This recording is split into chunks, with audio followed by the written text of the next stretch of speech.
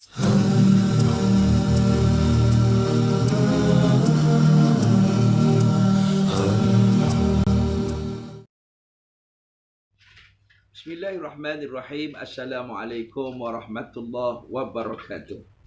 Bertemu lagi kita dalam tazkirah pada kali ini. Alhamdulillah, syukur kepada Allah Subhanahu wa taala.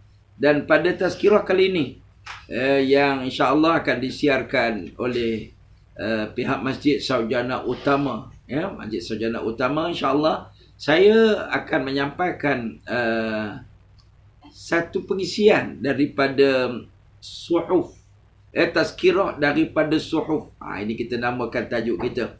Pernah satu ketika seorang sahabat Nabi, nama dia Abu Dzar Al-Ghifari, dia pernah tanya kepada Nabi SAW.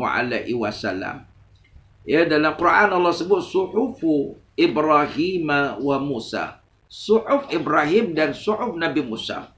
Maka Abu Dzar Al-Ghifari ini dia bertanya kepada Nabi SAW, apa yang ada di dalam suhuf itu? Dalam suhuf Ibrahim, dalam suhuf Musa itu ada apa ya Rasulullah? Maka jawab Nabi SAW, dalam itu adalah ibrah. Ada tamsil ibarat. Maknanya dalam itu ada ungkapan-ungkapan, nasihat-nasihat, ya, kata-kata peringatan, perumpamaan. Okey. Baik, jadi kita nak tengok apa yang ada di dalam suhuf Ibrahim. Dalam tu kata Nabi SAW, saya bacakan terjemahannya, iaitu kata Nabi kita Muhammad SAW jawapan kepada Abu Dzar Al-Ghifari. Yang pertama dia kata, wahai raja-raja yang angkuh, yang sentiasa diuji dan terpedaya, aku tidak mengangkat kamu menjadi raja untuk kamu kumpulkan harta kekayaan bertimbun-timbun, tetapi aku mengangkat kamu menjadi raja supaya engkau mendengar pengaduan daripada rakyat yang teraniaya. Ini satu peringatan. Lalu engkau mengadili mereka, yang membantu mereka, kerana sesungguhnya aku, yakni Allah, tidak pernah menolak pengaduan orang yang teraniaya itu, sekalipun dia adalah seorang yang kafir. Ini peringatan yang cukup hebat kepada pemimpin-pemimpin masyarakat. Ya, pemimpin masyarakat ini boleh jadi raja, boleh jadi Perdana Menteri, boleh jadi menteri-menteri, YB. Mana-mana orang yang naik menjadi pemimpin ini sebenarnya diangkat oleh Allah dengan cobaan dan ujian kepada mereka. Lepas tu kita jangan dengki pada orang yang ada jawatan ini. Ini ujian Allah kepada mereka. Kita diuji menjadi rakyat.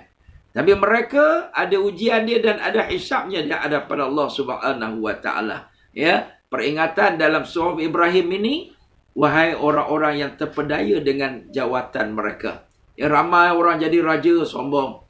Ramai orang jadi raja sibuk kumpul kekayaan, lupa pada rakyat. Ramai orang jadi pemimpin, ya, mereka tertipu dengan kuasa yang ada kepada mereka. Mereka jadikan dia sebagai sumber untuk kumpul harta kekayaan. Ingat, Allah Maha mendengar pengaduan.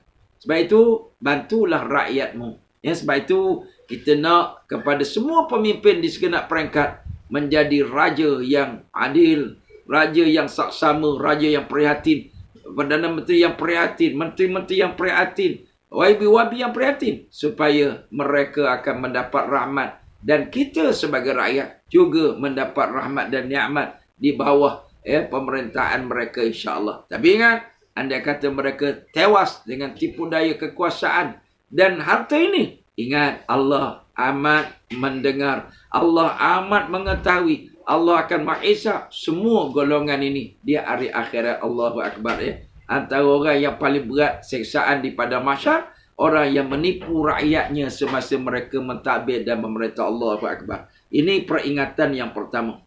Okey, peringatan yang kedua dalam suhuf Ibrahim ini juga.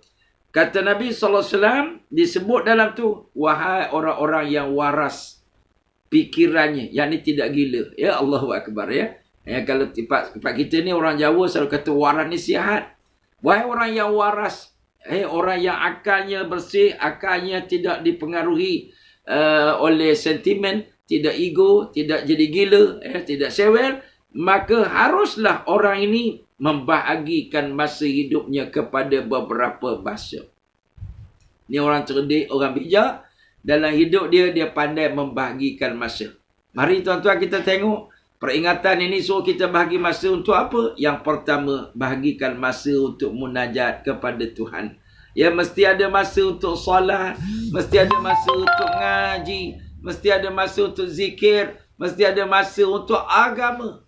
Munajat untuk Allah Subhanahu Wa Taala. Mesti ada masa untuk agama. Yang pertama. Yang keduanya, mesti ada masa untuk muhasabah diri. Postmortem. Aku dah tua. Aku ni jahil. Aku ni macam manalah sakit COVID-19 ni, ramai orang dah mati. Apakah persediaan aku untuk akhirat? Mesti ada masa untuk postmortem. Lepas tu ramai orang yang tidak berubah kerana dia tidak ada masa untuk muhasabah. Dia tidak melihat dirinya. Dia orang tua tapi perangai macam budak-budak.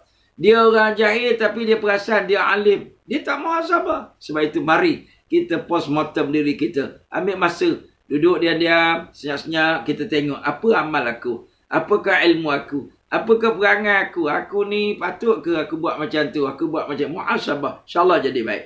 Kemudian yang ketiga, mesti ada satu masa untuk dia melihat, merenung tentang kehebatan, kecantikan alam ciptaan Allah Subhanahu Wa Taala. Ya, dia mesti bagi masa ni ya untuk dia tengok alam, bawa anak-anak isteri jalan, tengok pantai, tengok gunung gandang, daki sana daki sini. Kena ada masa. Ini sampai dekat rumah dia ada pulau yang indah tak pernah sampai. Dekat rumah dia tu ada pemandangan cantik dia pun tak tahu. Sebab apa tak ambil tahu? Gunung dekat rumah tak pernah panjat kita. Astagfirullahalazim. Macam mana nak kenal pencipta kalau apa yang dicipta oleh Allah kita tak pernah peduli. Dan yang terakhir, dia kata apa? Hendaklah ada satu masa untuk menguruskan keperluan makan, minum, keluarga dan sebagainya. Ya, pastikan tuan-tuan sebagai suami, sebagai isteri, sebagai ayah, sebagai ibu, anak, ada masa untuk urus diri sendiri. Ini sampai baju tak sempat basuh. Sampai makan tak sempat masak. Belik. Tak sempat beli. Kenapa tak ada pun nak makan? Tak beli. Ayah tak fikir.